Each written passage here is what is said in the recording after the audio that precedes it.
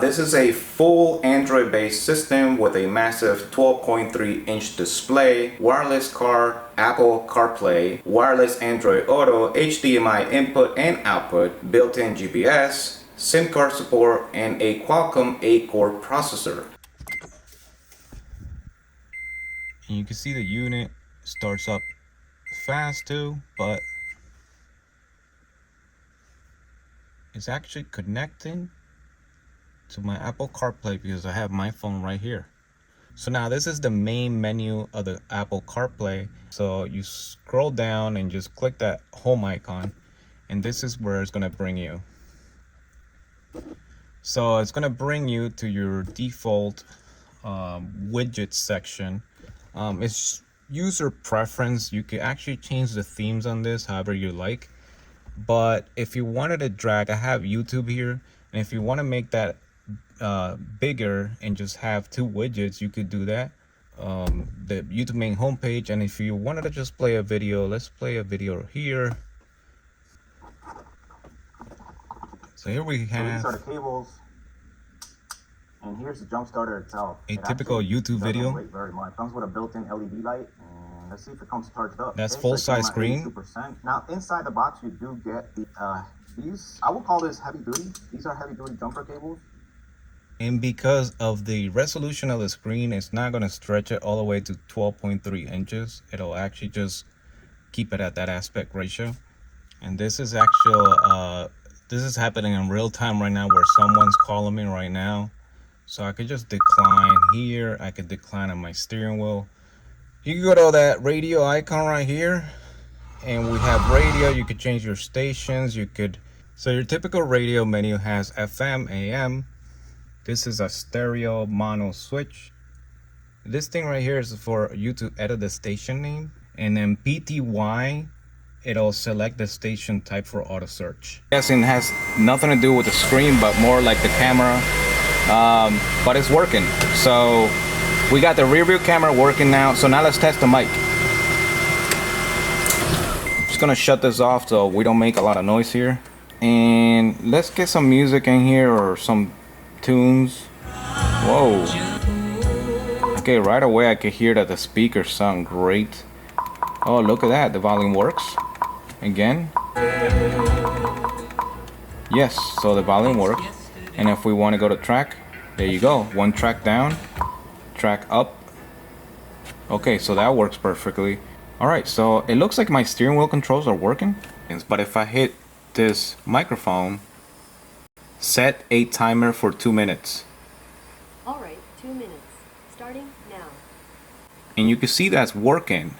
Now, I also have a USB flash drive plugged in.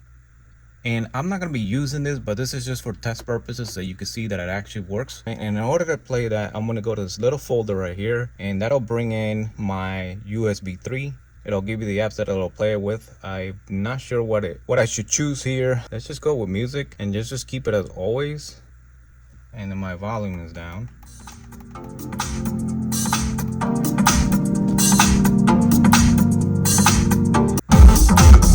So you can see, again, the sound quality is so amazing. It's like we have another track.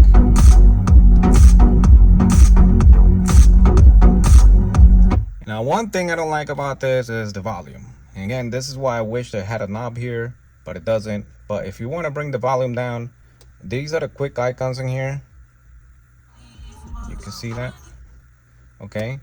But it's not very quick. The other way you could do is bring down this, go to the speaker, and then bring the volume up or down.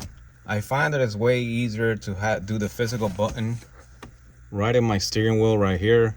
I'm closing the driver's door and a little car appears, but if I open up the door, you can see the actual door shows that it's open. And if I open the passenger door as well, you can see both doors are open now.